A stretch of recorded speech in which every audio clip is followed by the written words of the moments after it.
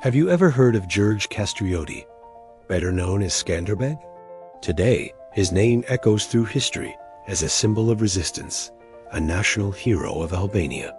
But every legend has a beginning, and his story starts not on the battlefield, but in the rugged mountains of Arbëria as a young boy named Gjergj. This is the story of the lost seed, the boy who would become a legend. Our story begins in the heart of the 5th-10th century, a time of turmoil and change. The mighty Ottoman Empire was expanding, its shadow stretching across the Balkans. In the mountainous realm of Arbëria, a powerful lord named Gjergj Kastrioti ruled. He was a shrewd leader, a warrior, and a father.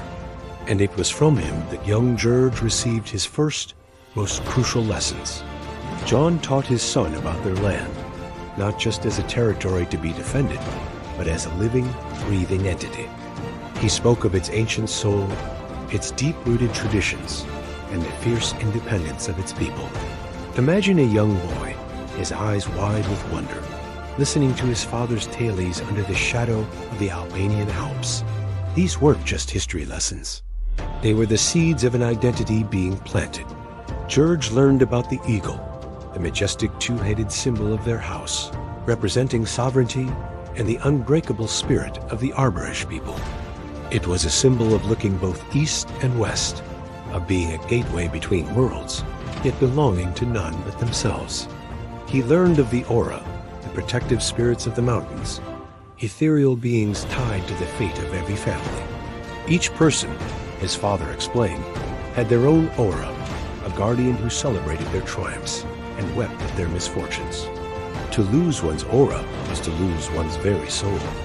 And he heard the fearsome tales of the Kulshedra and the Dragel, the eternal battle between the serpent-like beast that brought drought and despair, and the heroic dragon man born to defeat it.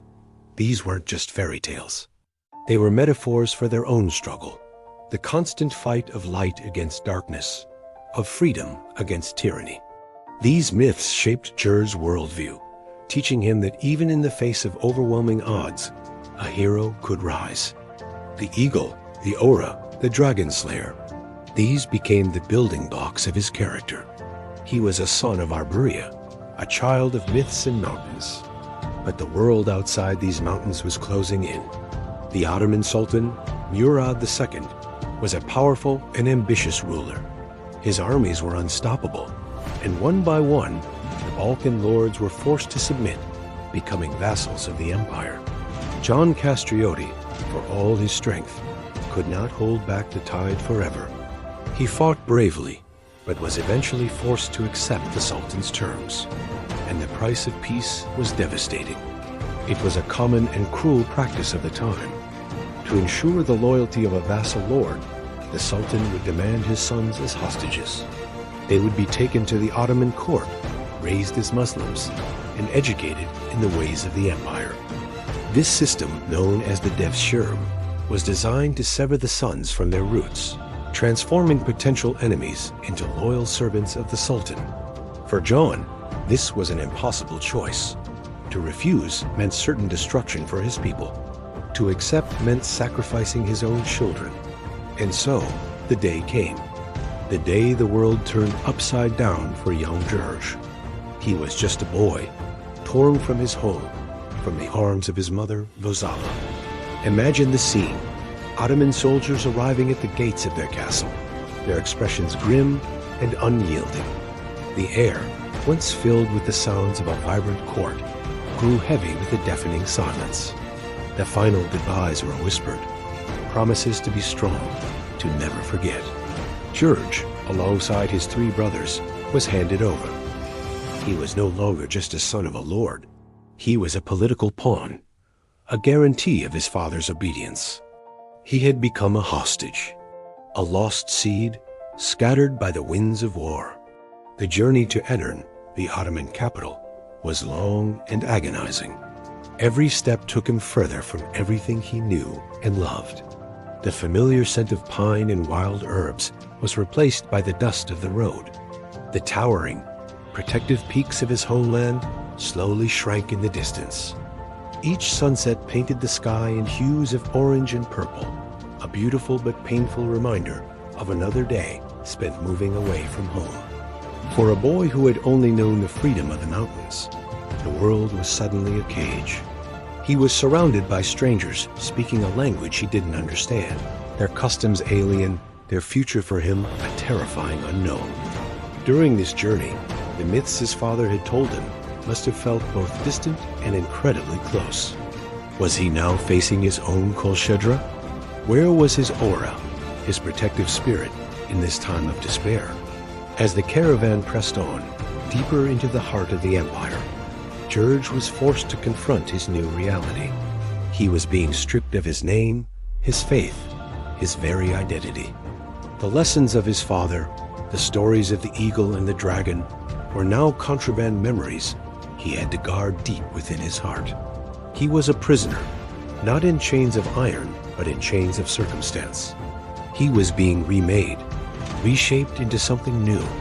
The Ottomans would give him a new name, Iskender or Alexander, after the great conqueror, a name meant to flatter and to bind him to his new masters. But a seed, even when lost, carries the memory of the tree from which it fell. The episode of Gjergj's life as a hostage is often glossed over, a footnote before his grand military career. But it is here, in this profound moment of loss and separation, that the foundation of the future hero was truly forged.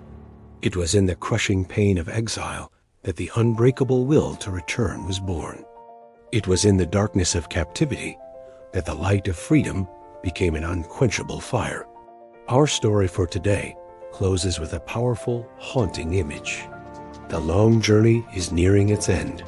The caravan pauses on a high ridge, and for the last time, Gjergj can see the distant, blue-gray mountains of Arbëria on the horizon.